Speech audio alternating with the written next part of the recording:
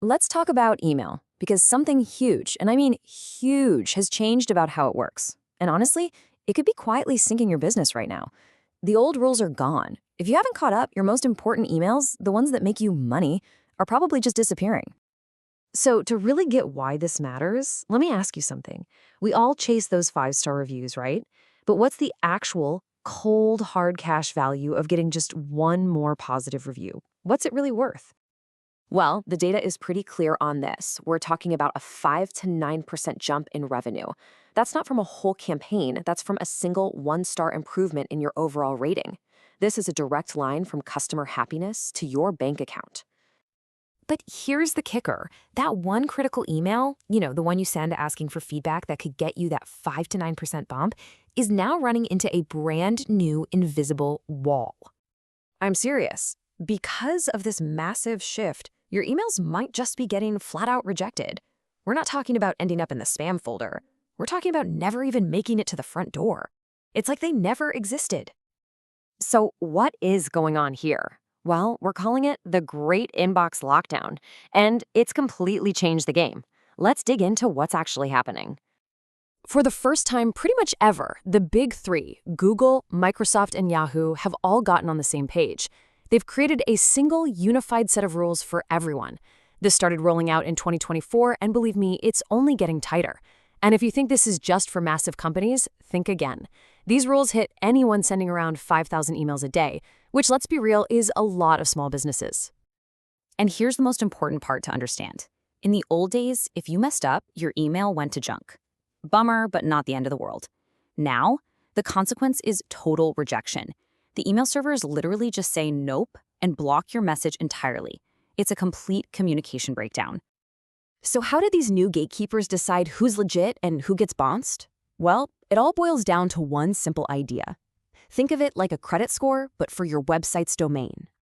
It's officially called your sender reputation, and just like your personal credit score, it's all about trust. It's built up really slowly by sending good, wanted emails over time. But you can destroy it, and I mean absolutely trash it, with just a few bad moves. This score is now everything when it comes to getting your emails delivered. So what are these bad moves? Well, spam complaints are, without a doubt, the #1 reputation killer. But it's also things like sending emails to dead addresses, having really low open rates, because the AI sees that as a bad sign, or suddenly sending out a massive blast of emails. All of these things scream spammer to the new filters. And how many spam complaints are we talking about? The new threshold is insane.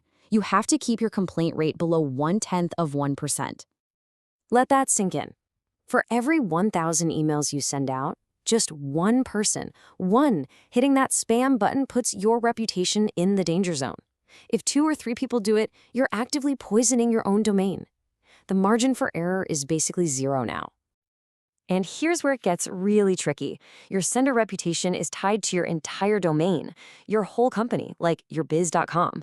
So if your sales team sends out a cold email blast and gets just a handful of spam complaints, they're damaging the reputation for everyone. That means the super important invoice your support team sends or that crucial review request might now get blocked, all because of what another department did. Okay, I know this sounds pretty dire, but the good news is there's a really clear, really effective solution.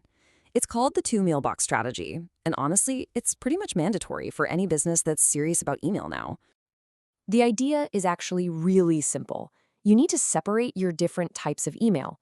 All your high-risk stuff, like marketing newsletters or sales outreach, should come from a separate subdomain, something like news.yourbiz.com. Then your main domain, your precious yourbiz.com, is reserved only for high-trust critical emails. Things your customers are actually expecting, like receipts, support replies, and those all-important review requests. You're essentially building a firewall. By moving all the risky email activity to its own island, you protect your main domain's reputation like a fortress.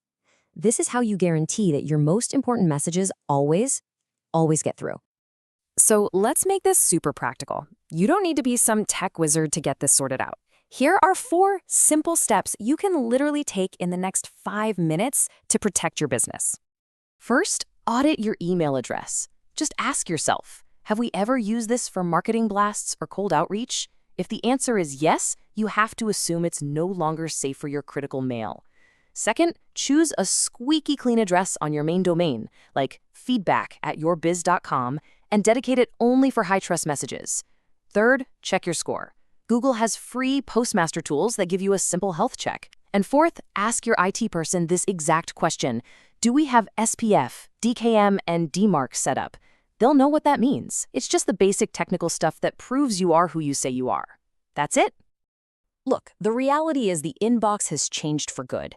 It's not a public square anymore where anyone can just show up and shout. Think of it more like a private club with a bouncer and a velvet rope. And your sender reputation is your ticket to get in. And that's really what this all comes down to. In this new lockdown world of email, trust is the only currency that has any value. Proving you're a trustworthy sender isn't just a nice-to-have, it's the absolute price of admission. So I'll just leave you with this one question to think about. Is your business's most direct line to your customers, the channel you rely on for everything from sales to support, is it actually secure? Or are you at risk of being completely cut off without even realizing it's happening?